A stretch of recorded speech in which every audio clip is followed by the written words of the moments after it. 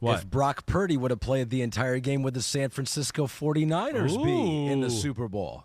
Probably not. I don't know if I will say that, but the game would have been a whole lot closer and more fun to watch. Let me start with this. Yes. As the Eagles down the 49ers 31-7.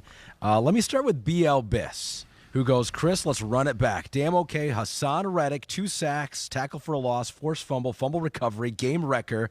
Ahmed, might be time to name it the Hassan Reddick Big Butt of the Year award.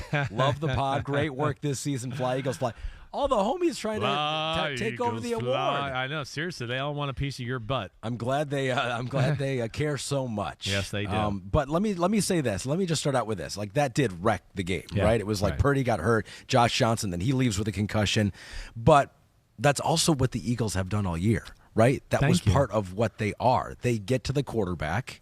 They got to the quarterback. And they hurt you. Exactly. Yeah. So it's not like, oh, if this hadn't happened, well, yeah, but that's also why they've been so dominant this year. Right. Like, if the 85 Bears didn't knock out those quarterbacks, they probably wouldn't have been in the Super Bowl. Yeah. Well, they did, and that's what they did on the regular basis. Yep. I hear you. That was my big takeaway. It's like, well, it was something they've done all year to a lot of teams. And it just happened that Brock Purdy was hurt for the whole game because of it. Yeah. But it still doesn't change the fact that they were going to do that. They're going to be around. They were going to be around him and harassing him all day long. I mean, that play itself, the play he got hurt, shows you the bind they were in by itself. Right? It was a five-man front, a 5-line. One of the things we talked about in the game last week.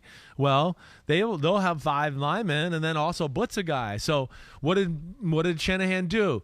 He kept a tight end into block. He had 2 tight ends to the right. He let one go. One stayed into block because he's going, okay, I'm going to have one block the defensive end, and then the other 5 block the other 4 D linemen. And if one blitzes, I'll be able to protect it. But the problem is what? You got a guy like Tyler Kroft, who's not an offensive tackle, and he's more of a, kind of just a, I would have said a pass-catching tight end. Now he's kind of balanced. But there he is blocking one of the guys that we've seen in double-digit sacks the last 2 years, right? Yeah. So that's the bind the Eagles put you in. And, of course, I never like that, the tight end blocking the defense end. But when you play defenses like that every now and then, it's like what we just talked about with like the Chiefs on defense. You got to take some calculated risk and go, okay, wait, I want to push the ball down the field, but I want to protect against this blitz and blah, blah, blah. All right, I think my tight end can hold up for, 2-3 seconds, which, he holds up to a degree, but the ball's got to come out. But this is a long developing play, and Purdy looks like he's looking downfield to maybe throw the corner route to Ayuk. I couldn't quite tell who he was looking at here, but by the time he gears up to let it go, here comes Hassan Reddick. And, yeah, that's one of those, again, where you got a lot of problems you're worried about on a defense, and you're on the chalkboard and you go, okay, this guy blocks him, and you just need one of your assistants to stand up and go, yeah, but that guy's really awesome, and that guy we got blocking him is a pass-catching tight end, right? But it's just the problems a great defense puts on an offense. Credit to Linval Joseph for getting on the ball there because it was originally called incomplete. Great job. The Eagles challenged it. It was reversed. We'll get to another challenge here in a second. Yeah. It was not challenged earlier in the game. Coach Grav, though, says to you, I know what the Eagles' score ended up being, but it felt like the 49ers had a chance with Purdy early on. What do you think? How do you think this game would have gone? I agree with Coach Grav. Well, I think the thing that just jumped out to me is their defense was going to be okay. As you saw, even without Purdy in the game. Yep. I mean, they weren't.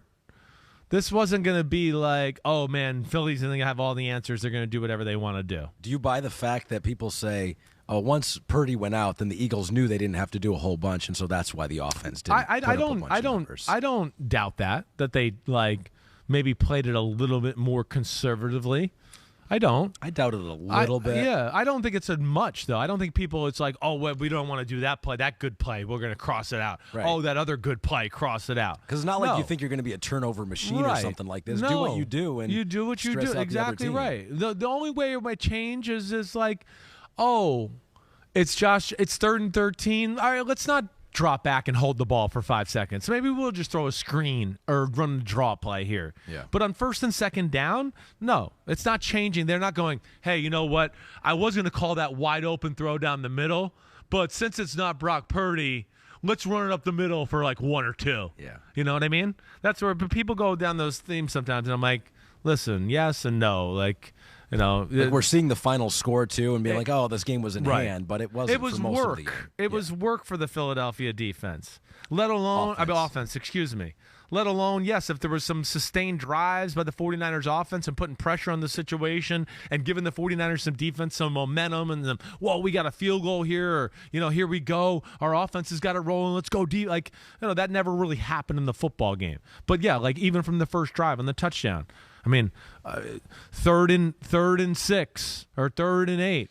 Free blitzer right up the middle, right? Hurts kind of falling away, throws the ball. A.J. Brown goes and gets a shoestring catch, right? Good job by Hurts and A.J. making that happen. Okay, but you're going, woo, man, they barely got that off.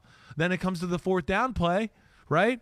And the 4th down one-handed catch by Devontae Smith. Wow, great job by him.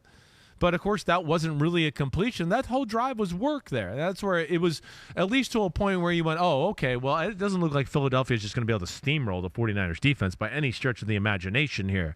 And, of course, they gave us some drives after that to make us feel good about it as well. But you know, those were some big moments of the game. You just brought it up, the Devontae Smith catch on 4th and 3. Gutsy call, Nick Sirianni early on in the game going for it. And Hurts extending the play and finding Smith, which – upon further review, after a commercial break, was not a catch.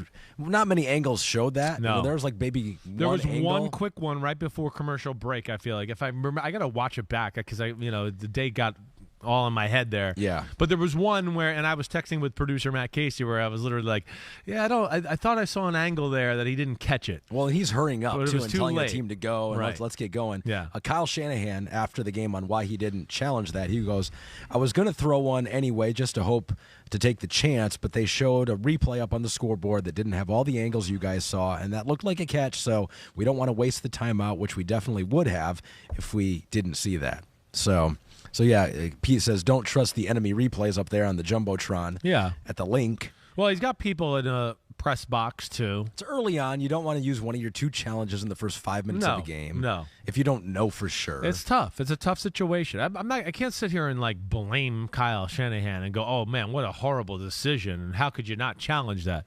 You're right. It's early on in the football game. You don't want to waste the challenge. You talked with Mike on the show, and he thinks now, with talking to you, that maybe the NFL should have just slowed things down. Well, that was one of the things I said, right? That's what I said to Mike. I was like, I don't understand. We have group huddle when we do all these things where the referees listen to 345 Park to get a play call right away. When Devontae Smith got up in a frenzy, what was the first thing you thought of? I don't know if he caught that ball. Right. When we see some replays. Yeah. Oh, wait, I didn't want to see the replay behind him where I can't see the ball. Oh, wait, we're going to watch the replay behind him again, just like 4 yards down the line, but it's still behind him. We can't see the ball. Let's get to the ones we see the ball with. But that's where, to me, like, again, this is where the NFL has to step in. The referees should know the situation. They haven't been in the hurry-up offense the whole game so far.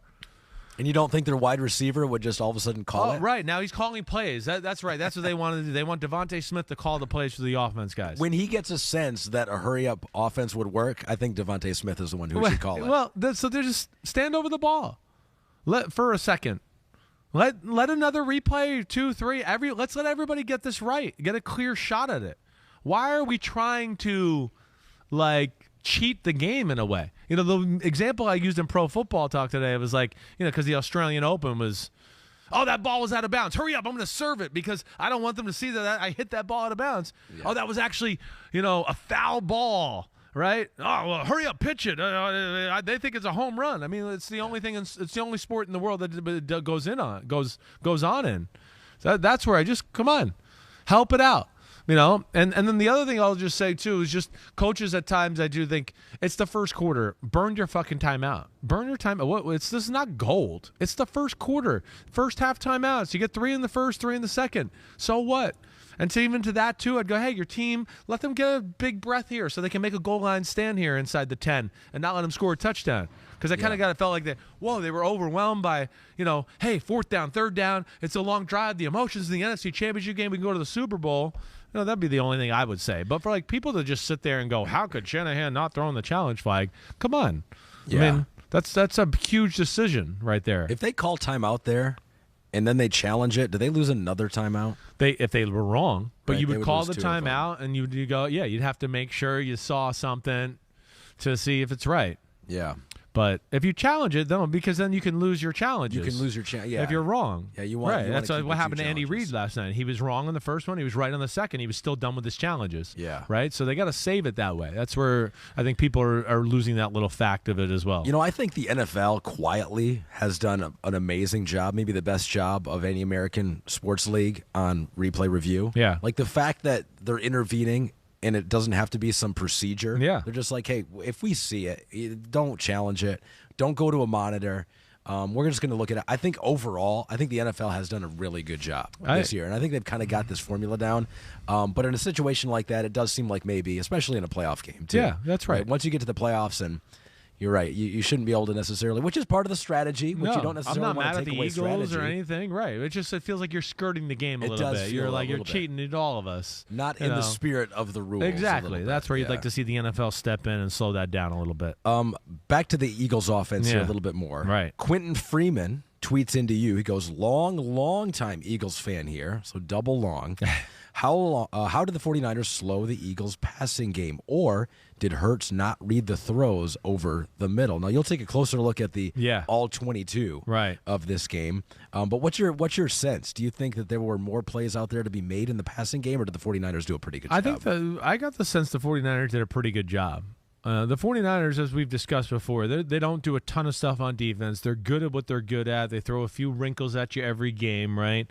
And the one thing about a team like them is like, you know, when you do run the same defense a lot, you start to get a realize like, oh, teams like to do this against us, right? So they're very well coached up and, oh, wait, this team burned us in this when we got in this coverage.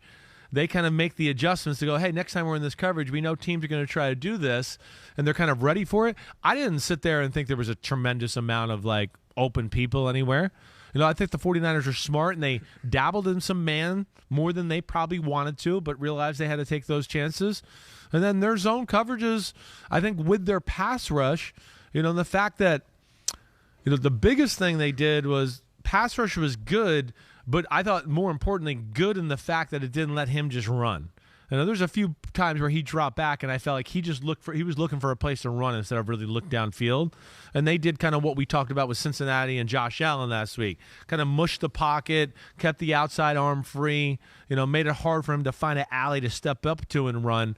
But yeah, I got the sense where we talked about in the game last week, and I don't know this until I go back and watch the film.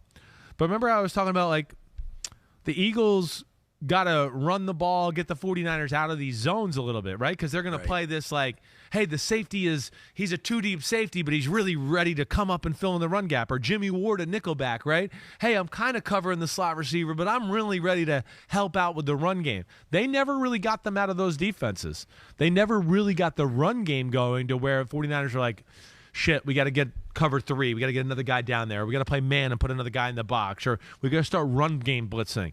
And they did that a little, but just sprinkled it in. It didn't have to become a normal part of their attack. Now, Hurts not 100%. Yeah. I think that shoulder's still I think so, jacked right. up, and so that could be affecting him both in the passing and the running game. Because in the running game, it doesn't seem like, you know, he's been hurt. So maybe this is it. But it's like it hasn't been necessarily that dynamic, dangerous in the RPO game. No. He carried it 11 times, 39 yards. The longest was 14 yards. Yeah. So it didn't seem like he was able to get free all that much. Now, he's playing a great defense. And we're at the time of exactly. the year, right, you know, where it's they're all good. Chiefs are going to be they're all well coached. Exactly right. So we'll see. But yeah, I think, you know, you're seeing, hey, this is the reason we're in the playoffs. It's the good coaches and the good players, and they have some of these answers to kind of slow these things down a little bit. And to your point, what you're saying too is, it doesn't seem like he's laying himself on the line like he did maybe before the shoulder injury, which he shouldn't be. Which is smart. Right. It's exactly right. It's smart. But yeah, it's like there's a few runs I think we've seen in the last 2 weeks where we go, oh, wait, Jalen Hurts before the injury probably would have like ducked and dived and put his shoulder down and got 4 or 5 more yards, right? And right now he's kind of just going, oh, shit, they're getting around me. Let me protect myself and go down. But that is the right play. And I think these 2 weeks off are going to be huge for him. I mean, we know the Chiefs are going to need it. They got a whole bunch of people. But I would think you get to see Jalen Hurts' shoulder get really close to 100%. You know, and go from there. But I am interested to the question, to just exactly what the 49ers are doing on that side of the ball and kind of their attack, and I'll let you know that on Wednesday.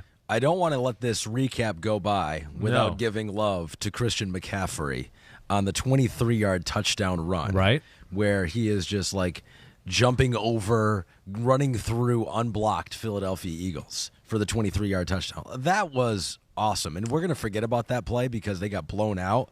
But that was one of the best. That might be the run of the playoffs. Is there a better run in the playoffs than that Christian McCaffrey 23-yard touchdown run? That's where you need players, right? It goes back to our player conversation. Because, like, the coach, like, Jonathan Gannon, the defensive coordinator, is like, I just did everything right. And I literally called the perfect defense where we had an unblocked guy in the hole and then another unblocked guy right behind him, and he ran over one and then made the other one miss and ran for a touchdown, right? Again, that's why you need studs. But, yeah, that was a pretty damn impressive run. And that was one of those moments where you're just like, how the are they doing this? Like, what? Yeah. How are they going to really hang around here? 7-7 midway through the second quarter. Yep. It just, but then the next drive came, and this is what the Eagles have done all year, really. It just is where they're amazing. They always seem like they answer. It wasn't even necessarily that pretty, but they kind of just slowly bludgeoned their way down the field. They did. And you felt like they kind of controlled it from that point on. They got some help from the 49ers, too. There were some crucial penalties on that next drive. That's right. But here's the Christian McCaffrey. This is the dot version of him, which is, it's actually even better. It's the dot's even more impressive than Christian McCaffrey. So you can just see. So it's like, okay, 22 jumped over him, 2, boom, put a shoulder. 23 put a shoulder into you. 97 stop dead. Yeah. Hey, these are just like we talked about in the AFC. And we'll see. The 49ers quarterback situation should be interesting. And, of course, the injury to Purdy is going to be interesting. Okay, yeah. Oh, do we have a poll on that? It will be. But, like, just like we talked about with the other two teams, yeah. Guess what about these two teams? What? They're not going anywhere. Hi, I'm Mike Tirico, and thanks for watching. Make sure to hit subscribe for the latest news and highlights from NBC Sports.